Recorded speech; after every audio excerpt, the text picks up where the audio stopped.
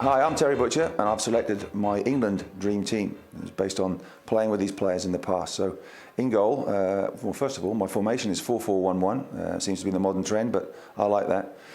In goal would be Chris Woods. I played with some greats like Peter Shilton in the past, but Chris Woods was my roommate. He made me a cup of tea very nicely and tidied things away. And he also introduced me to Kylie Minogue. Some of the CDs were absolutely rank rotten, so it helped me get to sleep very, very quickly. But his goalkeeping attributes were second to none for me, and he was very unlucky not to get many more England caps. But he played behind me for Rangers as well, so I know all about Chris. And plus the family's got on really well, and if I didn't select him, he would probably batter me. So Chris Woods is in goal. The back four, it's a good back four. On the right is Gary Stevens, and once again I've gone with Gary, who played with us in the Mexico World Cup and also the Italian 90. And I selected Gary because he's got pace, he gets forward well, he's got limitless energy. In the pre-season runs he was always at the front, which hacked us off because we were always at the back, but he's just super fit, and you know, he had this sort of bizarre thing about playing a saxophone as well. So sometimes he would wear it, sometimes he would play it because the boys got a bit angry with all the noise, but he was a great right back, and I liked him very much. And the left back, now I've got a selection problem there because there's two players there that I'd like to select, but I've got to pick one of them. The two players would be Stuart Pearce and Kenny Sansom, but I would think that Kenny Sansom would just about get the nod because he was one of these guys. I actually signed him for Coventry for 87,500. He was one of my best buys of my career. So he was a great player, a good talker. He was a Cockney full of wit, heavy gambler of course, but he was massive fun, and he would keep the dressing room alive. His Norman Wisdom impersonations were great. He was just a crafty Cockney, but a cheerful Cockney as well. So he'd be fantastic for the dressing room. So a little bit, you know, not the biggest fullback in the world, but great ability on the ball. And the two centre halves that I would select, one is Des Walker, who played with me in the Italian 90, and somebody asked me a question once, are you concerned about your lack of pace? And I said, well, I've got Des Walker who needs pace, because he was just lightning quick and he would pick up anything that was behind me, anything that was around me. I'd go and win the ball, and Des was always there just to tidy things up. And the England song sung by the England fans was "You'll never beat Des Walker." So, you know, he's a stick-on to beat my right centre half. My left centre half is probably my greatest idol. Kevin Beattie is his name. He played for Ipswich. Sometimes he'd play left centre back, I'd play right centre back, but it was just a pleasure to be with him. They called him the Monster, and he was built like a brick outhouse. He was solid. Came from Carlisle. I think when he came down to Ipswich on trial, he came down with just a pair of boots and wrapped up in brown paper and string and nothing else. Came from a very humble background, but a wonderful player. Didn't get the caps he deserved, and in those days, you know, you're talking about cartilage operations and all the, you know, knee operations, not quite as fancy as they are now, and you know, he suffered badly from all those operations, and you know, that's when my luck sort of turned, because I took his place. But he's just a wonderful player. He had pace, he had strength. He used to arm wrestle people in the bars after games, and he would get his right hand and they would take on all comers and beat them.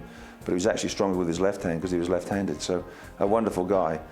Thought he was Batman and Superman sometimes after a few drinks, jumping from window to window and big, you know, on the 6th floor of hotels that we were in. So a scary guy, but he's got pace. Des Walker's got pace, Gary Stevens got pace, and obviously Kevin Beattie's got pace as well. So it's a very quick back four and a very solid back four. My midfield four from the left-hand side would be John Barnes. Not because of his rap songs, and he could sing them pretty well, but because of his ability. And when we trained with England, John Barnes was not my nemesis, but he was my greatest fear. I hated training sessions with England because you're up against people like John Barnes and Chris Waddle, Gary Linekers and Peter Beardsley's of this world. My goodness. It was just it was a bigger test than the actual international match that came a few days later. So I used to be really pleased when the games came along, because then I had easier opposition to face. But John Barnes was great because he could come inside, outside. He could play on the right and play on the left. Sometimes played up front for England as well. So very orthodox, but you know, he was very versatile, and he could you know, do lots of things with the ball as well. So he'd be on the left-hand side. On the right-hand side, I previously mentioned him, was Chris Waddle. Poor guy had to put up with Gaza in his room all the time, and that's why he was always in our room, because just to try and get away from him. But a wonderful player and a wonderful dribbler with the ball. And he always looked knackered. He always wandered around as if he was the unfittest guy in the world. But when it came to the test that we did in Colorado Springs before the World Cup in '86, he was the fittest player in the squad by a mile. And it just gave the impression that he was absolutely done in, but he wasn't. but great ability, good thinker about the game as well. And you've got great versatility with John Barnes on the left and Chris Waddle on the right-hand side. And you know, these guys could take all the dead ball kicks, penalties, free kicks, corners, whatever you wanted them to do, and they put the ball exactly where it should go. Centre midfield. Now, I've got a little bit of a dilemma in a centre midfield because Bryan Robson would be my captain in there. When I played for England, Bryan Robson was always in front. He'd always win the ball from the goal kicks from the opposing keeper. He'd be everywhere, and the next minute he's in the box scoring the goals. And the timing of his runs was just phenomenal. It really was a superb reader of when the ball was going to come into the box, and he was a great finisher as well. But he's one of these guys that he would turn around to you, even if I was having a particularly good game or doing right, he would turn around to you and give you a right rollicking because he demanded more, and he demanded more of himself. You know, his early career, he had 2 broken legs, so he had a lot to prove, and he, you know, my goodness gracious, he was the best England player that I've ever played with. So a phenomenal captain in the middle of the park, plus he's left-footed, which gives you a little bit of blend in the midfield. And on the right-hand side, this is a bit of a shock in a way because I'd go for GLEN HODDLE. Now, Glen's, at the time when GLEN played, he wasn't exactly the sort of flavour of the month because he didn't have a great work rate in terms of getting back and making tackles, but he would do that. He would do it. But his skill was on the ball, and he could ping passes and he could orchestrate the attack, switches of play. His control was exceptional. And I remember seeing him in the warm-up.